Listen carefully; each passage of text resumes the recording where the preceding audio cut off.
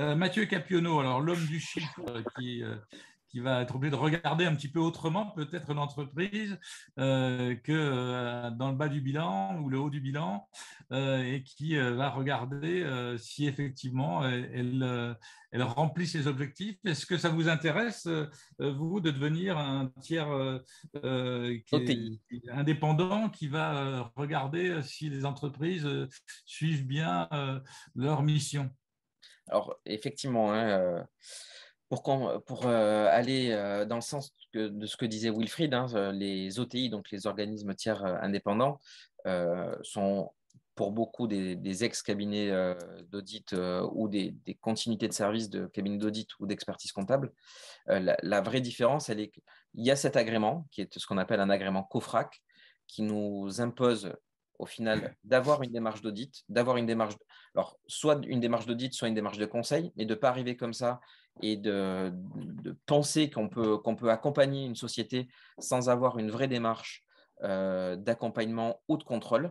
Ensuite, on est soumis à cette démarche de qualification qui nous donne un agrément et qui nous permet derrière donc de pouvoir continuer cette certification-là et d'émettre un rapport à la différence du commissaire aux comptes qui, lui, émet une responsabilité civile et pénale quand il émet un rapport.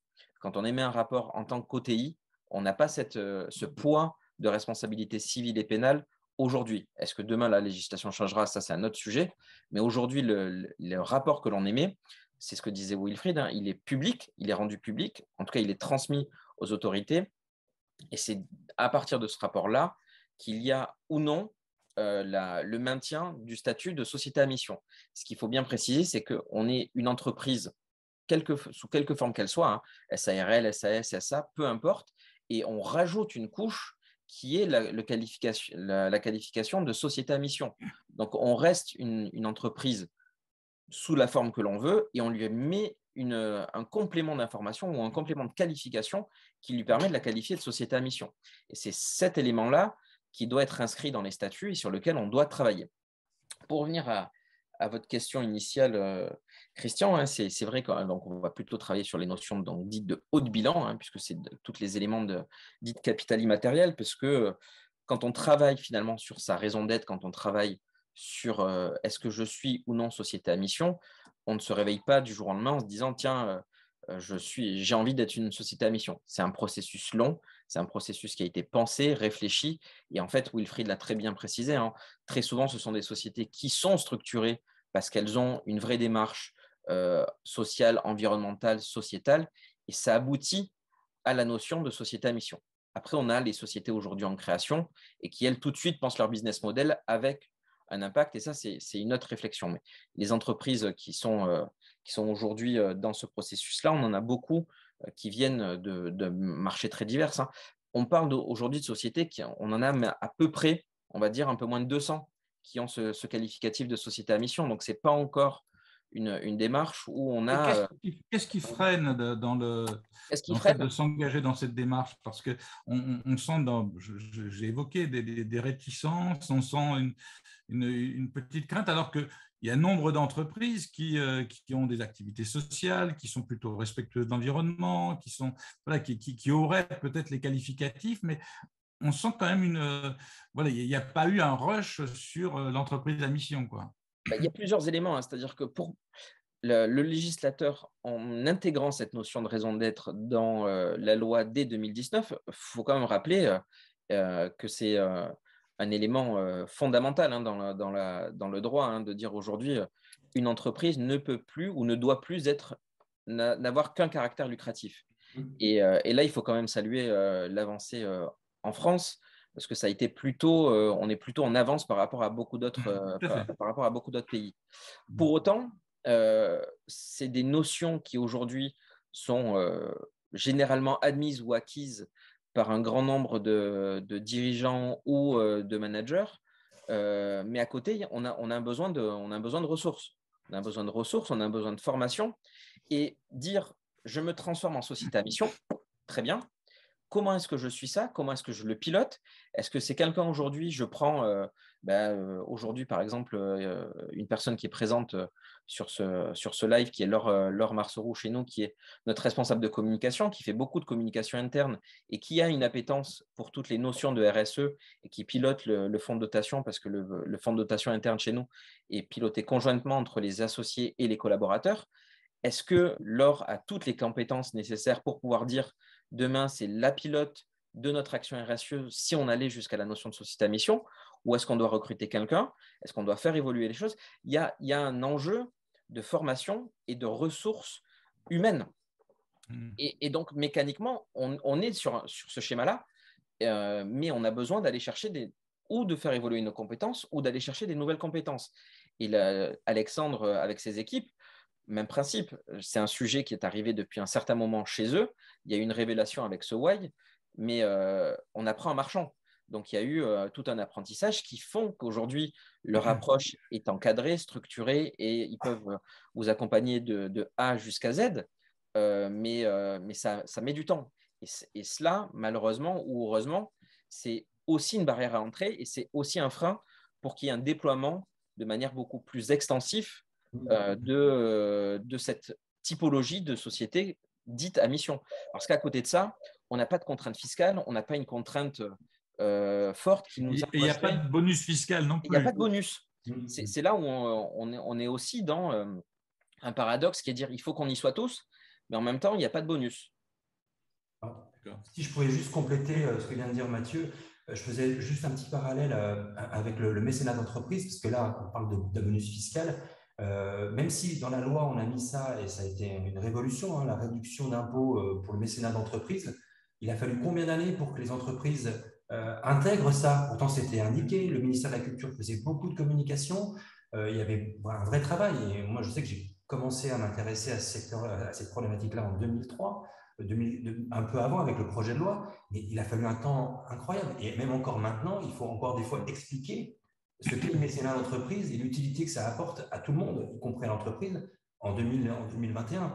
Donc je pense que 2019, c'était hier ou avant-hier. Il faudra encore du temps. Et le rapport Rocher met ça aussi en avant. C'est-à-dire qu'il y a un manque de connaissances, il y a un manque de diffusion de ce que c'est. Et puis surtout, ils mettent en premier point un guide des bonnes pratiques. C'est-à-dire qu'il faut aussi aider les entreprises qui n'ont peut-être pas toutes les ressources à se dire c'est pas compliqué, c'est pas simple, il y a peut-être du travail à faire, mais on peut le faire et on a les exemples d'autres. Donc voilà, il n'y a pas beaucoup maintenant de structures issues de la loi PAC, donc en émission de 200, comme disait Mathieu. Pour les fonds de pérennité, là c'est une catastrophe, il n'y en a que 3 actuellement et c'est quand même parce que là il y a un vrai problème fiscal et peut-être qu'il va être amélioré. Mais en tout cas, voilà, il faudra un peu de temps, je pense, pour que les choses évoluent. Est-ce que vous avez vu évoluer, vous, parce que en droit, le juriste doit le regarder, je suppose, entre le décret d'application et puis ce qui se passe, la jurisprudence, les pratiques, les retours d'expérience, est-ce que vous voyez que les choses bougent ou est-ce qu'on reste sur le cadre initial? Est-ce qu'il y a des ouvertures possibles, des blocages qui pourraient être levés? Je ne sais pas si Mathieu, tu veux répondre ou si la question était à moi, je ne sais plus, je n'ai pas entendu. Oui, c'est pour vous la question, c'est pour l'avocat. Est-ce qu'entre la première sortie de 2019, les décrets d'application, la formalisation qu'il y a à l'époque, et puis ce qui se passe aujourd'hui, le retour d'expérience que vous avez, est-ce qu'on sent les choses évoluer? Est-ce qu'on sent qu'il y a des ouvertures possibles qui pourraient exister ou des évolutions de la loi qui pourraient être positives? Alors, la loi, elle n'a pas bougé, et elle était suffisamment claire pour ne pas laisser la porte à beaucoup d'interprétations. Il y avait des autres normes, notamment des marques sur ce qui pouvait être OTI ou pas, mais ça a été réglé après par le décret. Je dirais, là, c'est comme tout dispositif législatif, c'est-à-dire qu'il est proposé aux utilisateurs et après, les utilisateurs le font évoluer. Et c'est vrai qu'on regarde dans les statuts ce qu'on peut mettre, on est beaucoup plus serein, même nous, en tant que juristes, on est plus à l'aise avec le dispositif et donc on se permet plus de créativité qu'au démarrage. Les premiers statuts, lorsqu'on a un nouveau dispositif, on est très scolaire, c'est-à-dire qu'on essaie le plus possible de cadrer à ce que dit la loi pour être sûr que le greffe du tribunal de commerce ne va pas nous retoquer. Voilà. Et là maintenant, déjà aussi, parce que ça aussi, le problème, c'est qu'on ne trouve pas la case. Au démarrage, c'est ça aussi. Quand vous avez un greffe du tribunal de commerce qui n'a jamais eu d'entreprise à mission, Moi, j'ai eu l'exemple sur Marseille, il a fallu faire de la pédagogie pour expliquer ce que c'était, que c'était C'est vous pas. qui avez formé le greffe.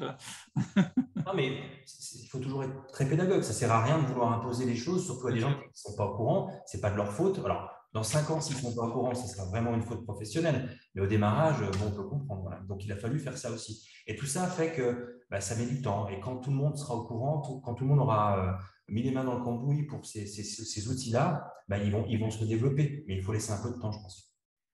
Effectivement, Wilfried le précisait, le décret est arrivé au mois de juin.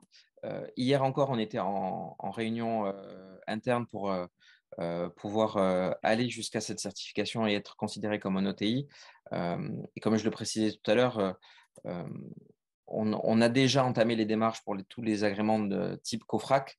Et donc, en fait, on attendait la fin du décret pour être sûr que la proposition de valeur qu'on allait faire en interne et la proposition de démarche rentraient complètement dans les clous. Donc, on est complètement dans cette démarche-là pour pouvoir être très rapidement efficient et proposer un vrai accompagnement à la fois en conseil et un accompagnement en tant qu'auditeur. Et donc, pouvoir travailler avec les comités pour pouvoir dire après derrière au comité, voilà notre rapport, servez-vous-en pour remonter au comité de direction, au comité exécutif. Il n'y aura pas d'interdiction d'être à la fois conseil et auditeur? Alors, par défaut, hein, aujourd'hui, on va nous s'interdire de pouvoir d'être à la fois commissaire aux comptes et OTI pour une même entité. Donc, ce qui ne veut pas dire qu'on ne pourrait ne pas être simplement un OTI pour un client pour lequel on ne serait pas commissaire aux comptes. Mais ça, après, c'est encore une fois, c'est dans les notions propres de raison d'être. Est-ce qu'on a envie de certifier à la fois des éléments financiers et des éléments extra-financiers? Ça, c'est l'approche que l'on va se fixer nous-mêmes et la limite que l'on se fixera entre chacun des clients. On a déjà, nous, un comité d'éthique interne pour le choix des clients et on s'interroge sur, de temps en temps, est-ce qu'on prend tel ou tel client en fonction de la communication qu'il en est faite ou du business dans lequel il est. Donc, on fera une extension de ce comité-là pour les OTI, pour les rapports que l'on pourrait certifier. D'accord. Et est-ce qu'on ressent là aussi l'opposition entre les bigs qui voudraient peut-être préempter ce marché et les indépendants comme Ficorec et Croficorec, ou est-ce que c'est quelque chose qui n'est pas dans le radar? Non, merci Christian de me poser cette question. Mais c'est évident. Non, mais j'ai des amis dans les bigs aussi. Donc... Non, mais bien sûr. Aussi, on a des amis dans les bigs. Hein. Tout le monde en a. Hein, je veux dire, c'est un nouveau business. Qui dit nouveau business dit nouveaux acteurs. C'est une extension logique et la suite logique des métiers du chiffre, du conseil.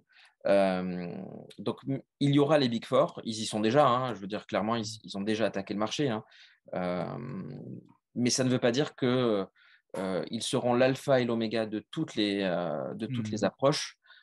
Et le marché a besoin d'avoir des très grands acteurs comme ceux-là qui font évoluer une offre, mais également des offres intermédiaires, alternatives d'opérateurs plus locales, régionales. Et on peut faire le parallèle avec Nicolas Ponson et Redman.